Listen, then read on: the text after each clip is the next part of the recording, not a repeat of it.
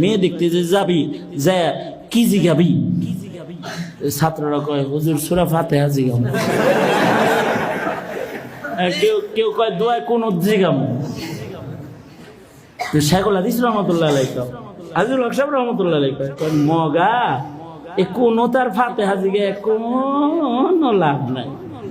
এ কোন ফাতিহা তুমি পারো, তোমার বউ যদি না পারে 7 দিন পড়ায়ও সব ঠিক হয়ে যাবে।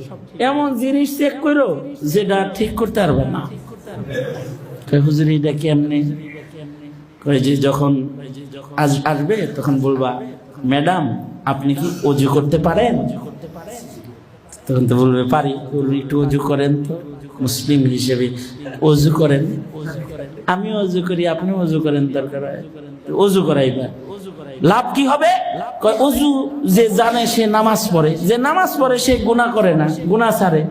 আর সবচেয়ে বড় লাভ যেটা, মানুষ বড় দুষ্ট জাত, কালাদা সাদা হয়ে সামনে আসে, অজু করার সাথে সাথে মেকআপ দিয়ে যাইব।